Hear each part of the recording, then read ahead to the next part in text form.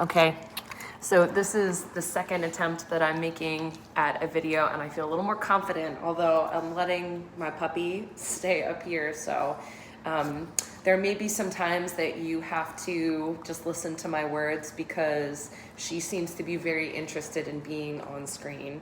She wants to be YouTube famous. What are you chewing on? Say hello to your adoring fans. Actually, this is probably way more fun than doing yoga. Looking at this adorable little puppy. She's been my BFF the past couple days. Have you not? You love us being stuck at home. All right, so this practice is a gentle somatic practice, and those of you who've practiced this with me know that it's my absolute favorite. I do a lot of this stuff at home for myself.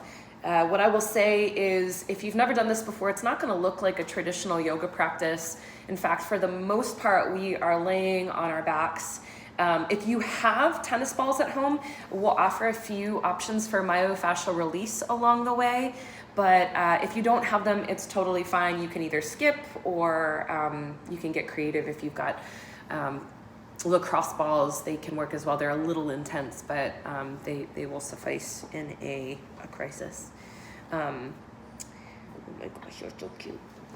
So that being said, you don't have to wear yoga clothes. You can wear your PJs. This is a great practice to do right before bed or just as a way to kind of de-stress throughout the day. And I know we're kind of all feeling like maybe we need a little bit more of that than usual. So yoga mat, blanket, really whatever you have to use. We're going to be, like I said, laying down for most of the practice. So let's come into what's called constructive rest pose. So soles of the feet on the floor. She's going to be a grand addition to this. Very entertaining. Soles of the feet are going to be on the floor, and you can either keep your feet separate if that feels okay in your body, or sometimes it can release tension in the lower back to walk your feet a little wider than hips width distance and to bring your knees into the center so that the weight of one knee is being supported by the weight of the other knee. And then arms can come out to the sides of the body, really wherever they feel comfortable. Sometimes if you are a person who tends towards anxiety, know that you are not alone. It's one of the reasons I love this practice so much, is it really helps to ease mine, is that you can place the hands on the belly, or a hand on the belly and a hand on the chest. And if you haven't already, let your eyes close.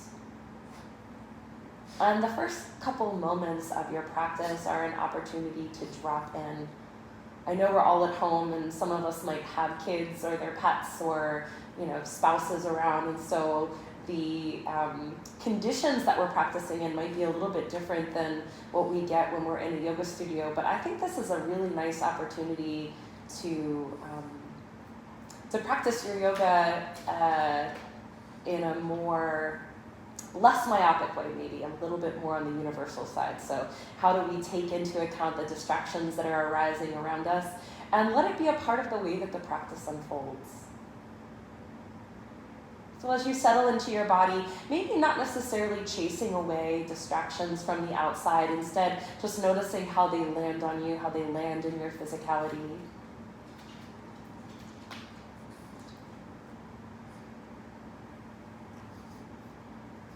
Feeling into the rhythm of your breath, and maybe seeing if you can have a sense of, instead of being an outside observer of your breath, that your awareness, that your consciousness is actually inside of your breathing. Thank you, puppy. I appreciate the kisses.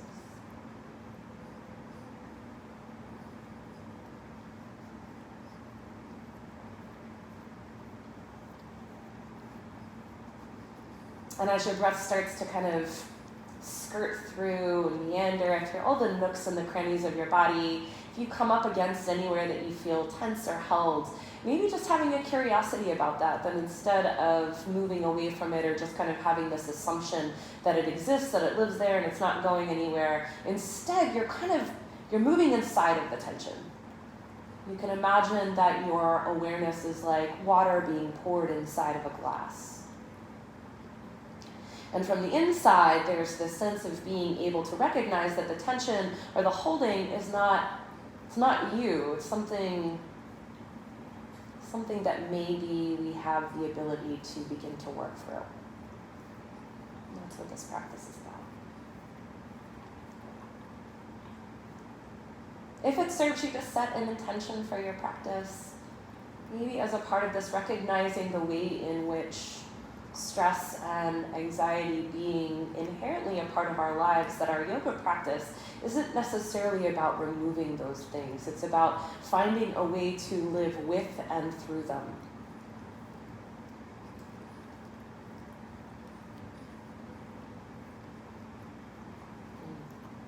I'm getting a puppy bath. Start to let your arms come out to the sides of your body, the height of your shoulders. And you can really relax or drape the back of your body onto the support of the earth beneath you. You might have an animal laying fully on your stomach. This is grand fun. I'm going to start to let my head very, very gently rock side to side. Notice that I'm not lifting my head. Instead, I'm really allowing the back of my skull to remain heavy against the support of the earth. This is the occipital ridge. And there's all of these little pressure points on that part of the back of your skull that relieve tension in the neck, in the shoulders, and in the jaw.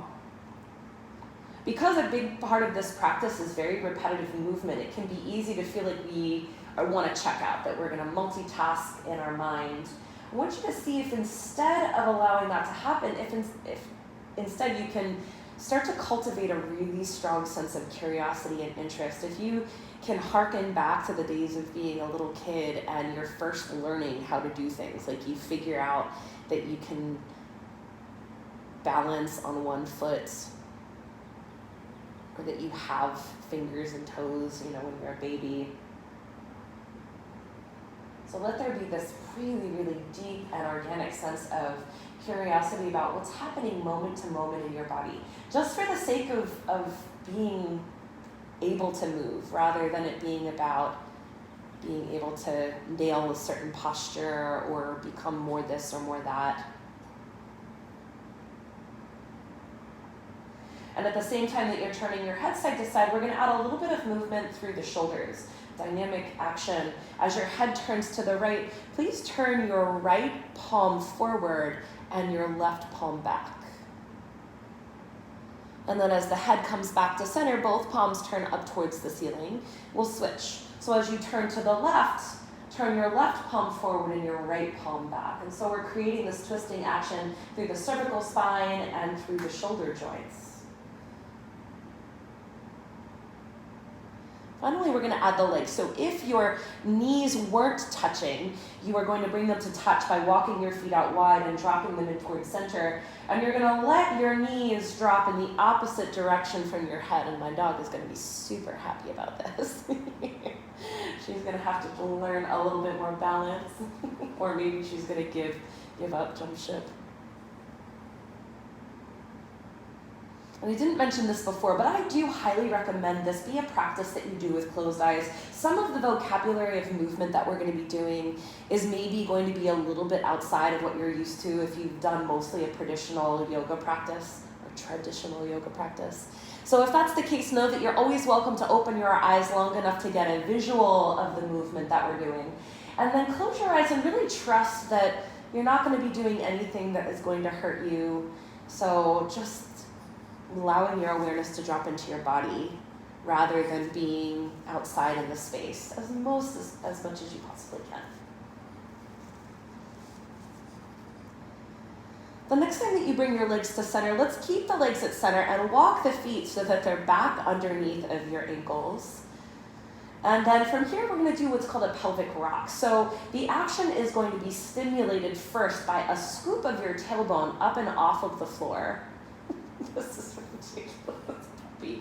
I know you want to be on my lap. So lift of your tailbone up and off of the floor, and then a press of the tip of your tailbone down into the mat. And this action, it's not about lifting and lowering your tailbone. What we're looking for is to kind of tilt or sway the pelvis forward to back. And you can start to do it relatively quickly, so you're letting go of the need to be precious. It's really, really small. Like basically you're lifting your pelvis just about enough that a little piece of paper could be slid underneath of the back of you. You're letting it rock forward to back with that easy relaxation through your belly.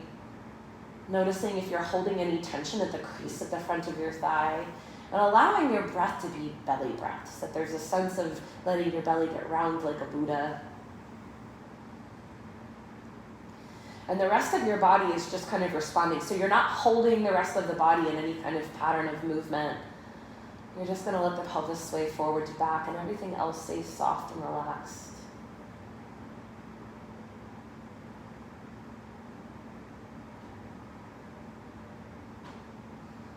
And a lot of these movements we're doing for a long period of time. So there might be this moment of being bored. Allow the boredom to be. And then the hope is that we move through the boredom and eventually we come back to some point of interest, some point of focus about what is happening, what we're experiencing on a sensation level in this current moment. I know for me, this one sometimes brings up a lot of emotional stuff. You know, we're working down into the arena of the pelvis where a lot of emotional energy is stored. If that's happening for you and it feels uncomfortable, or if it feels a little unsafe, you're in the driver's seat. This is a practice that you're building for yourself. You can do what's called pendulation, which means that you're stopping. You're going to take a moment to just be in a place of comfort, to breathe, to reconnect, and then you decide, is it okay? Do I want to move forward, or is this a territory that is not comfortable or that I'm not ready to move into today? Really up to you. We're going to allow the pelvis to rock just a little bit more.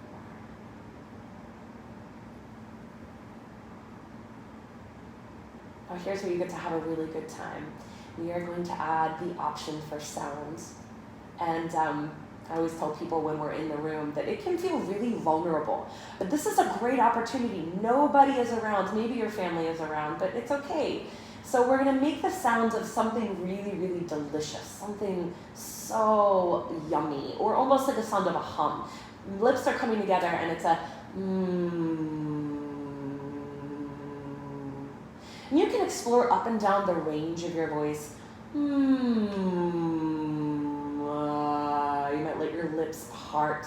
And if it feels ridiculous and you want to laugh, laughter is a great way as well to relieve tension. The whole point of it is that we're creating vibrations in the body. And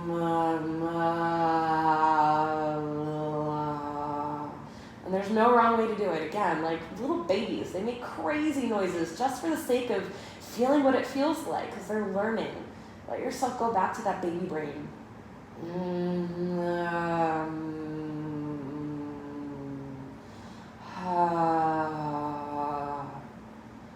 And then for a moment, settle into stillness. And this might be where you really notice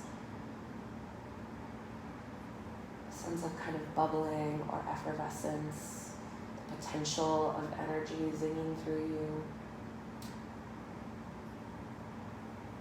Take a few moments to just kind of sit with that.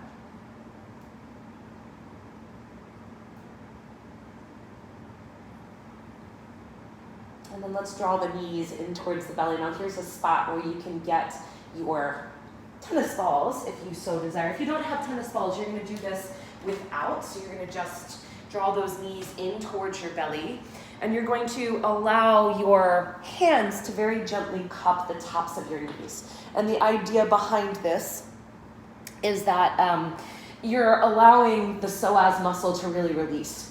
Now, if you wanted to use the tennis balls, what you're looking for is the, basically like the bullseye of your bum. So you might use your hands, it's your body, go ahead and get in there. You're gonna feel into where your sits bones are. And it's just kind of above that. When we do myofascial release, this isn't an exact science. You're not going to do damage by exploring around a little bit. The things that you might want to avoid are bones or scar tissue or nerves. And we're also not looking for sharp sensation or pain. It is going to be, for most of us, uncomfortable. If you've had a deep tissue massage before, you know there's moments during that massage that maybe don't feel superb, but afterwards the effects that land on you are pretty rad, pretty awesome. So we're only here for a few breaths. You're cupping the tops of the knees. You're exploring that area that's kind of around the bullseye of your butt. And you might circle your knees in one direction. and the other. Now, especially if you don't have the tennis balls, I encourage you to explore this rotation. The weight of the body resting in the back of the pelvis will create a little bit of myofascial release as well. Keep letting your feet hang loose in your shoulders so the whole back of the body is draped on the floor. And then place the soles of the feet back down on the mat. Lift your pelvis, and you're going to slide those tennis balls up to, basically there's these two little kind of bony outcroppings that are about an inch on either side away from your sacrum. Now, sacrum is the bony structure at the center of the back of the pelvis that's shaped like an inverted triangle. So if you kind of find the center of the back of your pelvis and move out, you'll feel these kind of two bony protrusions right around where your SI joints are. And there is actually, I know I said no bone, but there is actually a little bit of fascia, there's a little bit of meat, for lack of a better way to describe it, at this region of the back of your pelvis. And so you might take a little movement side to side here. Now, if you feel a lot of sensation, this is where a blanket could come in handy. You might put the blanket over top of the tennis balls. Or if you want more sensation, you might lift those knees into your chest. Now, I know some of us have a no pain, no gain attitude, and it's a really tough one to reset from. This practice, I really recommend not thinking that way. Instead, we're looking for something that you can bear, where you can easily breathe, where it doesn't feel like you're gritting your teeth to stay with the sensation. And when you're able to really relax, you're going to take a deep breath in. You might notice that breath in, you almost kind of a sense of your body pressing the props away. And then as you exhale, there's a settling or an acceptance of the body to the props. And then release the soles of the feet down to the floor. Lift your hips. Go ahead and move the balls out to the side. We're going to use them again later. But for a moment, just kind of sense into what's different. The cool thing about myofascial release is that it's pretty immediate. The effects of it should start to feel, for me, I know I always feel like my pelvis is a little bit wider and that there's a sense of it really kind of draping down into the floor. And that it's sensitized, that there's a little bit more referral or information that I'm getting from the tissues on that part of my body. They're all refreshed, juiced. Noticing is a really important part of any kind of this practice because it helps us to repattern. We start to kind of notice what things feel like and our new normal starts to reset. Know that it does take some time, so don't be discouraged if it doesn't stay. If a couple hours from now you start to feel like it comes back again. If you do these practices on a regular basis, a couple times a week over the course of 6 months to 2 years, you can really make some powerful change, so don't give up on them. Now bring your arms out to the sides of the body again. I'm going to try my best not to disturb my adorable sleeping dog. And you're going to let your legs drop, and then that top leg is going to sweep up and around. And I really want you to let the legs go. So instead of placing the legs, what I see a lot of people do is kind of like tracing a circle and really controlling the movement. Instead, it's like a tick-tock, side to side, up and around. Really let it go. And you can keep a knee bent, and you're only allowing that leg to come up as far as it feels comfortable in your hip and your knee joint. Back and forth, side to side. So good. Upper body staying relaxed and at ease. Just a few more times, side to side. Really let those legs swing. Ashwini just gave me the evil eye because I kicked her. I don't blame her. And then bring those legs all the way back up to center. And let's slide out into the shape of an X. I'm going to have to scoot myself a little bit further away from the couch. Now, I know you don't have a full vision of what's happening here, so do your best to listen up for this one. It's going to start with a bend of your right elbow and your right knee towards one another. Now, the tendency for a lot of folks is to lift the arm and the leg. This is not like doing crunches. This practice is really about finding ease in the body. So moving from your joint space rather than from like a clenching of all the muscles in that right arm and right leg. So letting the back of the arm and the outside of the ankle slide against the floor, and the knee and the arm are coming close to one another but not quite touching for most of us. In fact, that's not the object. The idea is that you're paying attention to the moment where it starts to feel like there's a lot of tension or effort, and you're moving just below that. And you're going to open and close that right elbow and right knee towards one another. Rest of the body completely at ease on the floor. Once you get the idea of it, closing your eyes again and drawing your awareness to just this feeling and sensation of opening and closing the space between your right elbow and your right knee.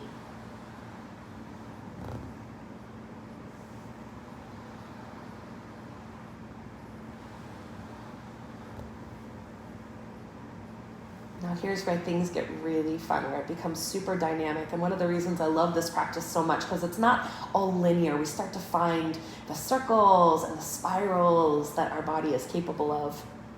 So when that right elbow and right knee draw together this time, without lifting your left fingers or your left toes, it's almost like you were a compass, and you're going to draw an arch up and around yourself with those, the left arm and the left leg. And you're going to draw yourself into the fetal position with your arms stacked and your knees stacked. Again, this is less is more kind of effort.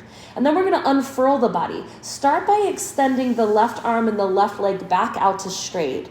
And then retrace that circle. And as gravity starts to carry you, you're going to let it flop you onto your back. Start to draw that right elbow and right knee together. Left arm and left leg circle all the way up and around without lifting the fingertips and the toes. And then bring the arms and the legs to stack. And really let the weight of the top arm and the top leg rest on the bottom arm and the bottom leg.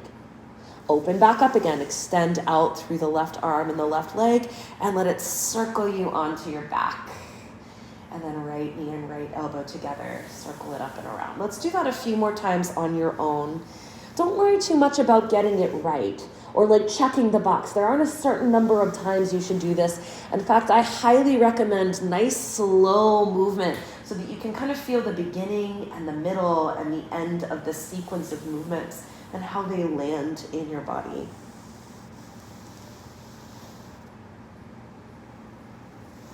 Noticing if you're holding your breath and seeing if you can maybe even imagine that you are breathing in through your skin. Luxurious breath into your cells.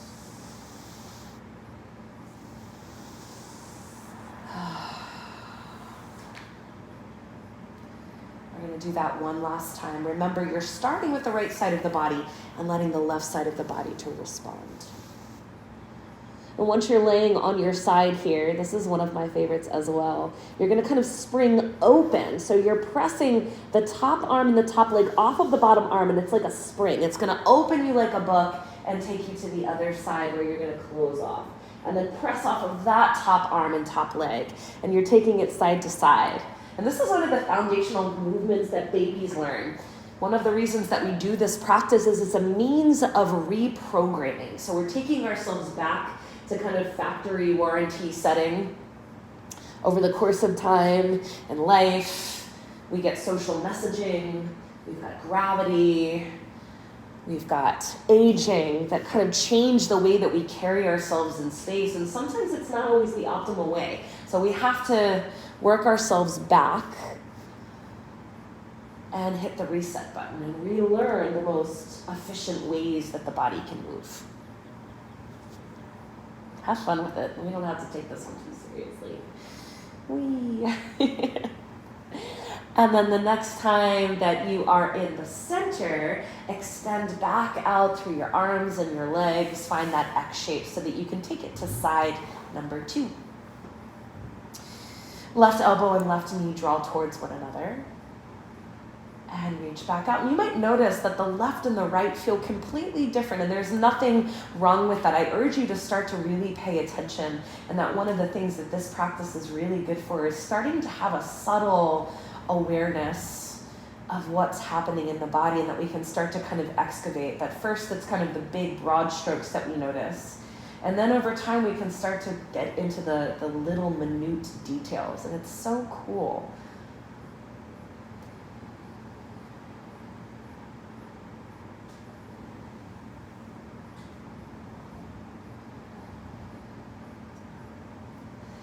Next time that left elbow and left knee draw together, right arm and right leg draw a circle all the way up and around your body without lifting the fingers and the toes, stacking the arms and the legs so that you're laying in the fetal position, and then reaching back out through the right arm and the right leg, retracing your steps until gravity carries you all the way over. Let it flop you onto your back. Left elbow and left knee draw together.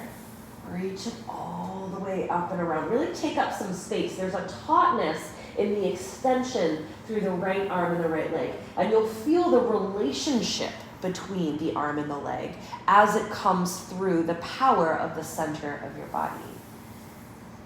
A few more times to open and close.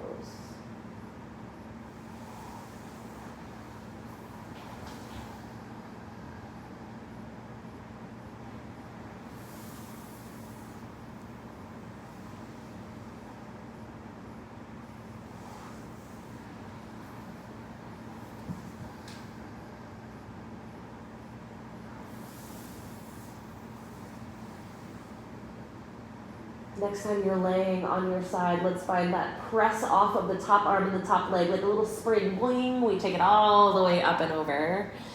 Yeah, if you wanted to add a little sound, one of my other favorite ones is a wee. I know, it's ridiculous, but it's so fun. Wee! Really, really open your mouth into like a big E shape. It stretches out the sides of the mouth. It's gonna make you smile. Maybe even giggle a little bit. Nice way to release tension in the diaphragm. Whee! Whee! I love this. Whee! It gives me so much joy to think of you all at home, laying on your backs doing the same thing, coming back to center. Let's extend the legs out and bring the arms next to your sides. Maybe it's the first time in the past 3 days you haven't taken yourself seriously. I'll raise my hand on that one. That felt really good. And again, just take notice of the shifts in this landscape as you relax, as you just nestle in.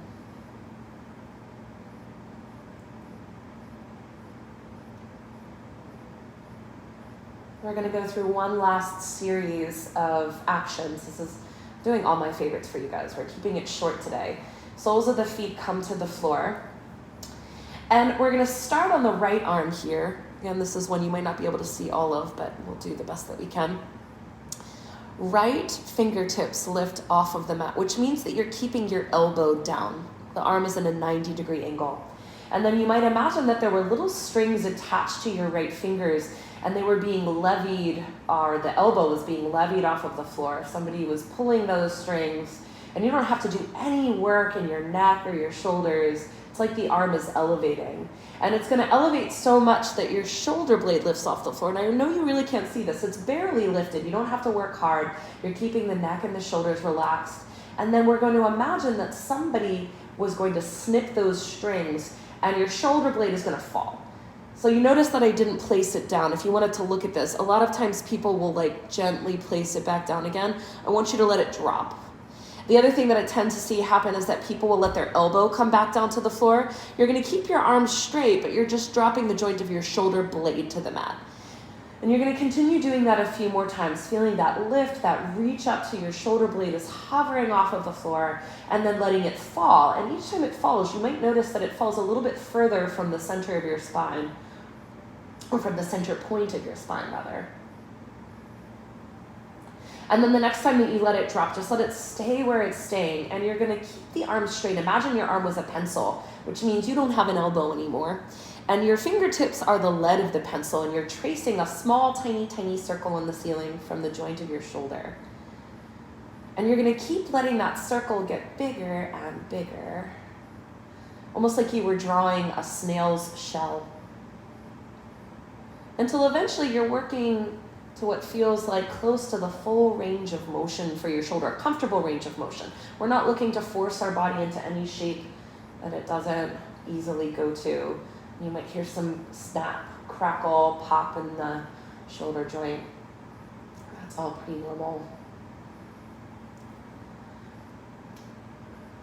And then start to let that circle get smaller and smaller, maybe taking the circle in the opposite direction on the way back, bringing it back towards that tiny circle. But take your time, there's no rush.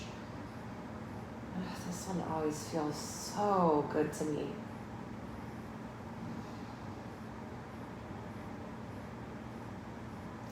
Until eventually you're making a tiny, tiny little pinprick on the ceiling with your fingertips.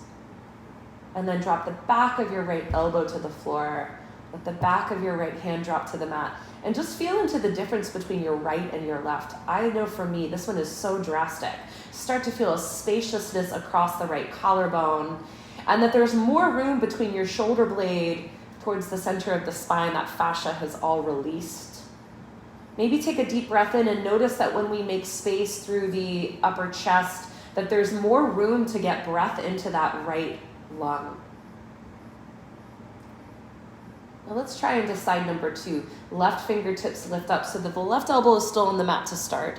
And then you're going to let those fingertips start to lift off of the floor, taking your time, letting it elevate slowly. There's no rush. It's kind of cool to feel all the steps along the way until eventually the arm is straight and you're lifting that left shoulder blade to a hover. Right arm, right shoulder, right side of the neck does not have to be involved at all. Really, the most that you're getting out of the left side is just that sense of a little bit of energetic reach through the fingertips.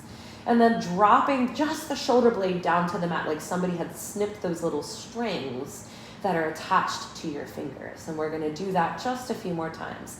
Letting the shoulder blade lift and then letting it drop, letting it fall wherever it falls.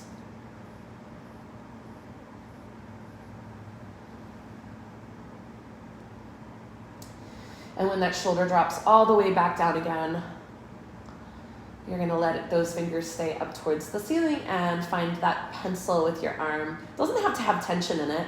Your fingers can be relaxed. There's just a little bit of an energetic tug up towards the ceiling.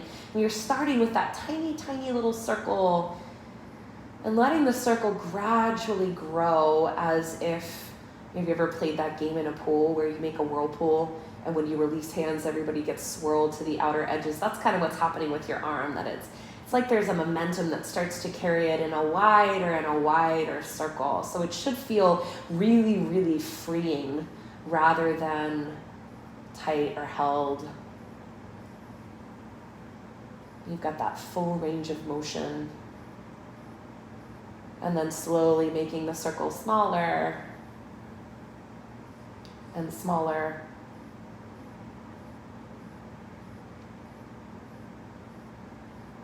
Until it's just a tiny little pinprick. Oftentimes when our body is relieved of tension that we didn't even realize we were holding, the nervous system starts to reset. And I know for me, sometimes it feels a little unsettling. It's like a little fluttery in my stomach. And it feels like my cells are a little bit more open, that my body is a little bit more open, which can feel really vulnerable. And if that's happening for you, just kind of clock it, notice. Maybe see if you can hold on to it as long as possible. When it's foreign, it takes a while for us to feel like being in rest and digest is a safe place to be. Let that left elbow drop to the floor. Let the back of the left hand come to rest on the mat. And just feel into this new experience.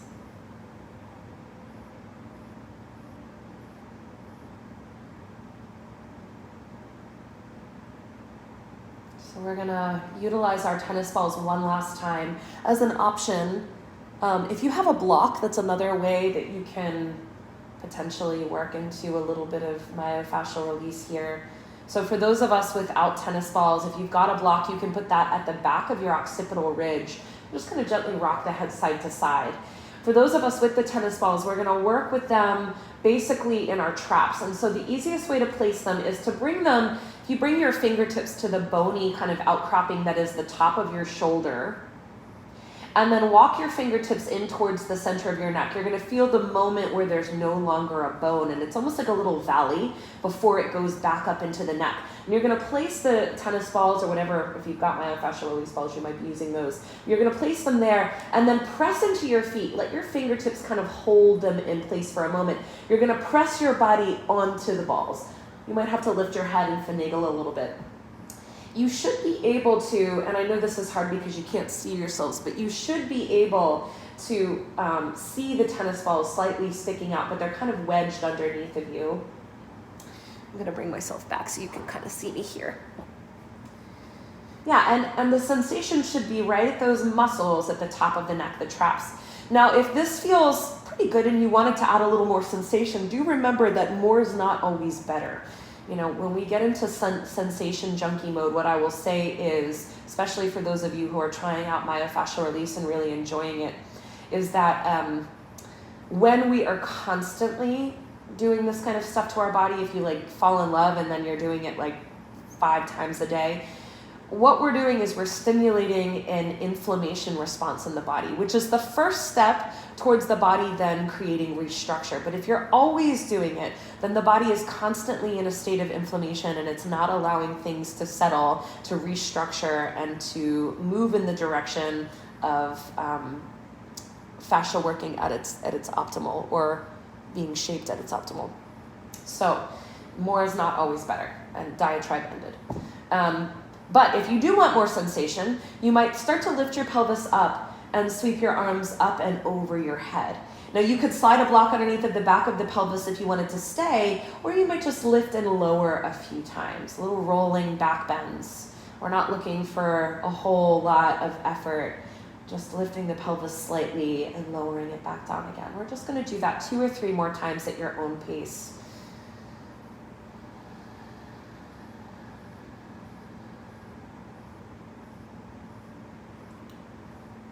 Last time, lifting up and then releasing all the way back down to the floor. And you can keep the tennis balls where they are if you want as we come into rest, or you might move the tennis balls out to the side if the sensation feels like it's a little too much. For the last portion of the practice, I'm going to lead us through a body scan that's called 10 Points Practice, based on Vajrayana Buddhist techniques. And for this practice, you'll start with the feet on the floor and drop the knees in towards center if that's comfortable in your body.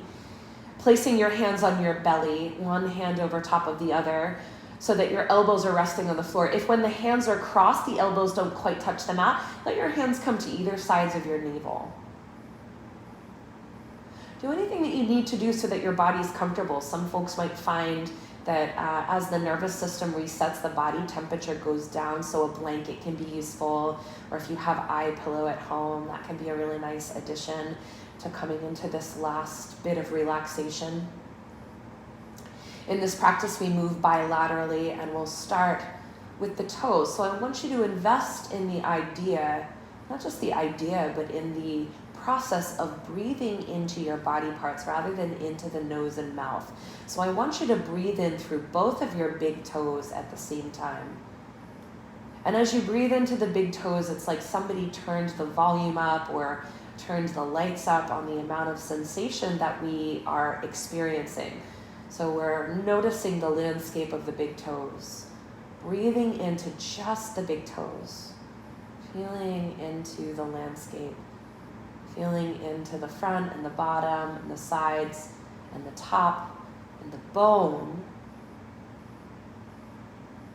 Breathing into where we feel that there's tension, where there might be sensation that is a little less enjoyable. And putting yourself inside of the tension. So rather than just observing it, there's a sense of dropping your brain, dropping all of your consciousness down into this experience. And there might be this kind of fluttering of wanting to go back up into the brain, or wanting to kind of ignore the sensation again, as uncomfortable or as weird as it might be. But from the inside, you might be able to find that as your consciousness recognizes the fact that the tension isn't you, that it isn't a part of your body, that maybe, just maybe, it can unwind and release down through the sole of your foot and into the floor.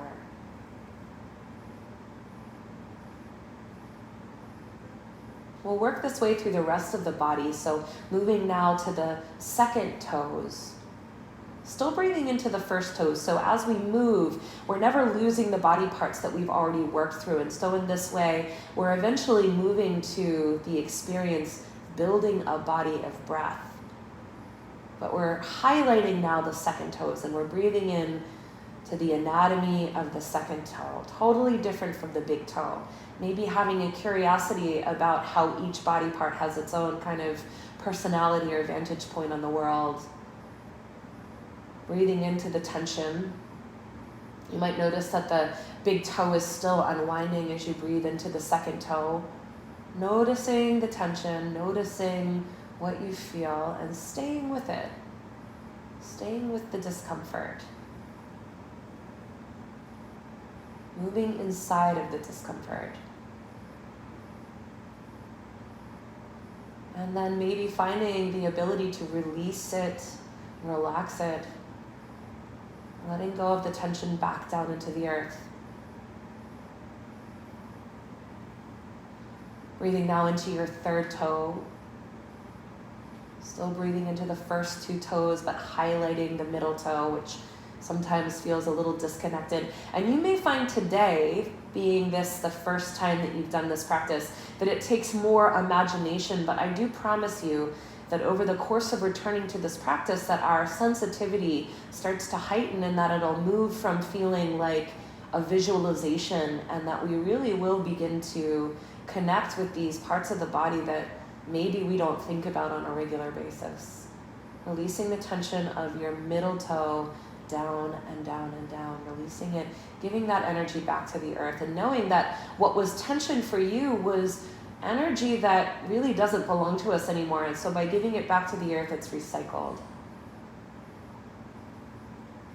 Breathing now into the fourth toes. Noticing the tension, relaxing that tension, releasing it down into the floor.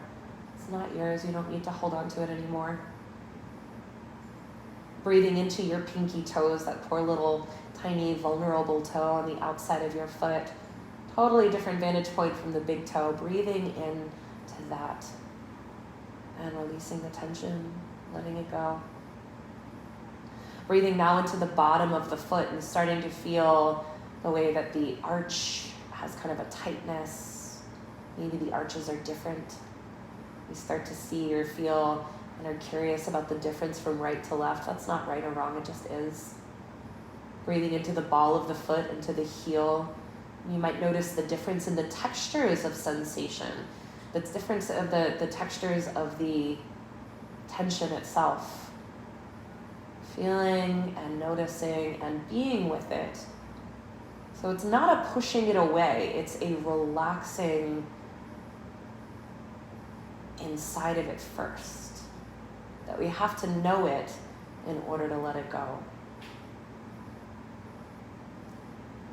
Start to breathe now into the top of the foot and into the ankle, and the Achilles tendon. So now you're really breathing into the whole of your foot, kind of lighting your awareness up with your breath, breathing into the whole foot, and then releasing the tension. You might feel the bottoms of your feet kind of widening as they sense down, as they soften down into the floor.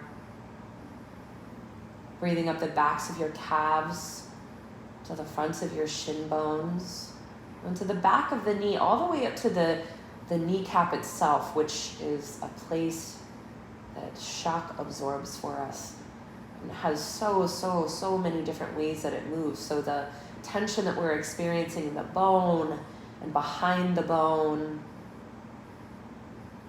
whole landscape of tension, feeling into that and letting it release down through your feet.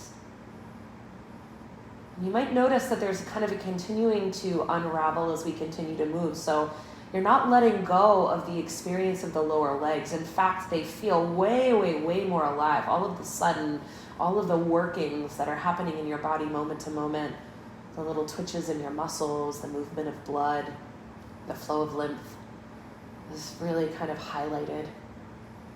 Now, as we move into the upper leg, the points of contact that we'll be releasing through will be the buttocks, so the right and the left buttock.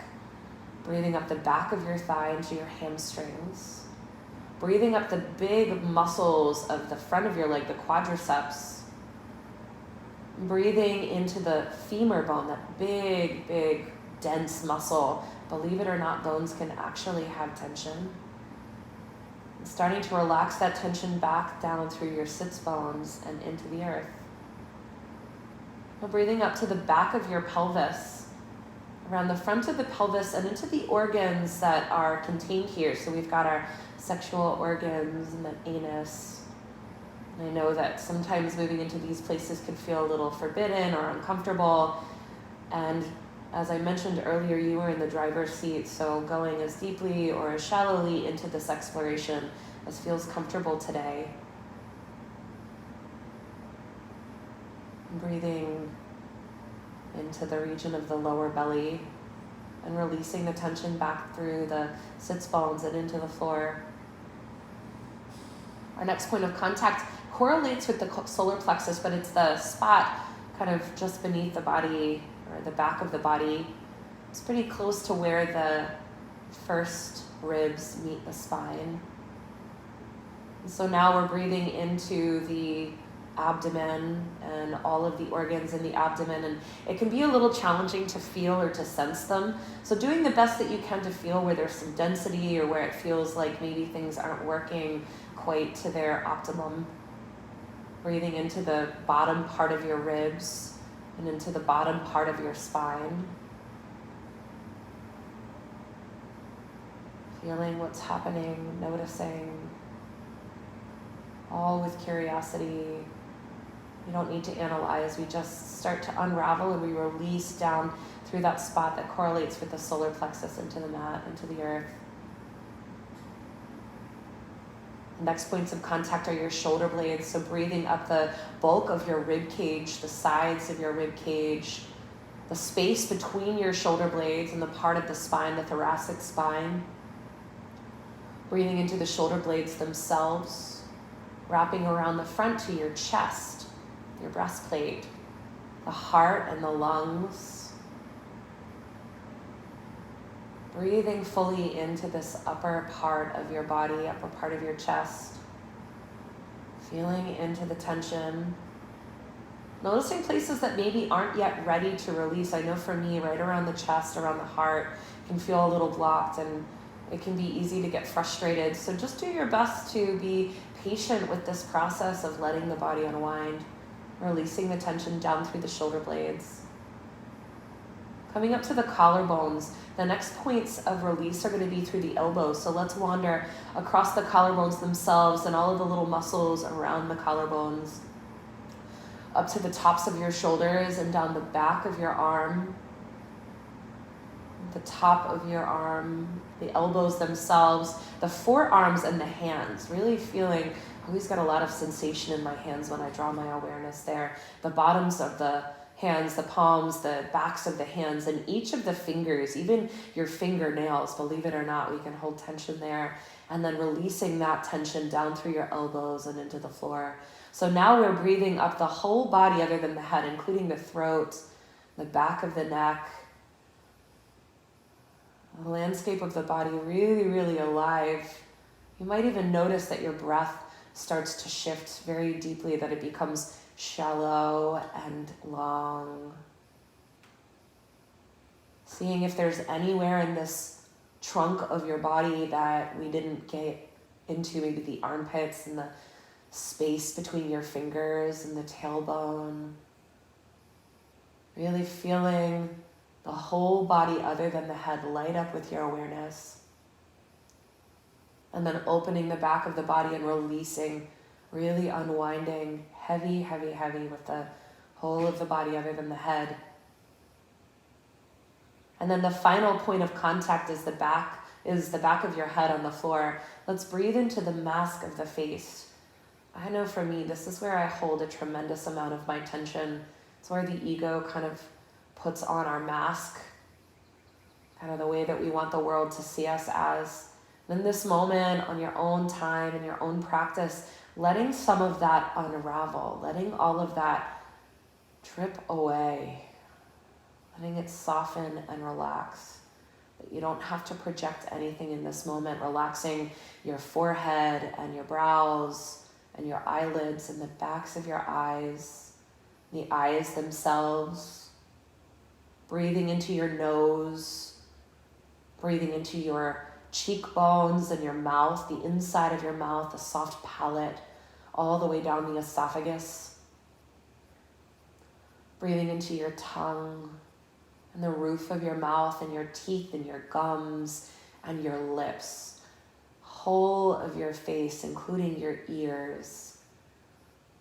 The scalp, breathing into your whole head, breathing into your brain, and all of the bones that are held together by cartilage. Breathing into the whole head now, and then releasing the tension through the back of your skull and into the earth. Whole body breath now. Breathe in through every pore through your skin. Light up with a sense of awareness, and then open the back boundary of your body and release, letting go of the tension into the floor, feeling almost as though your cells are opening, like flowers on a cactus in the one rain there was in the desert this year.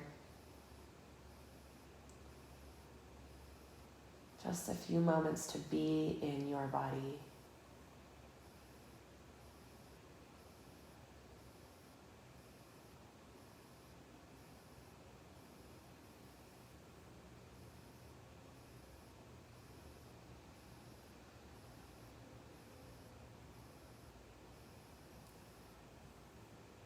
Feel free to stay as long as you'd like. You can pause the tape or turn it off and just be.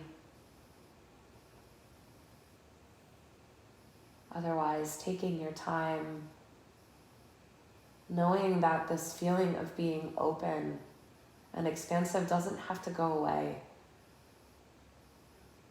That the idea is that our practice isn't like a quick fix that we run to every time the ish hits the fan, but instead that we work to experience what it's like to be, outside of the constant need to push forward and react, and that we slow ourselves down enough to kind of live in the sensations and the emotions that happen in our lives rather than to kind of run away from them.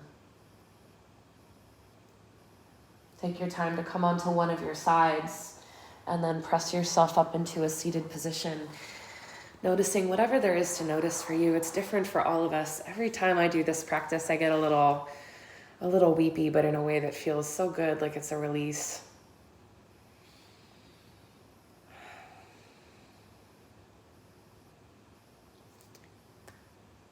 I hope this practice finds you well.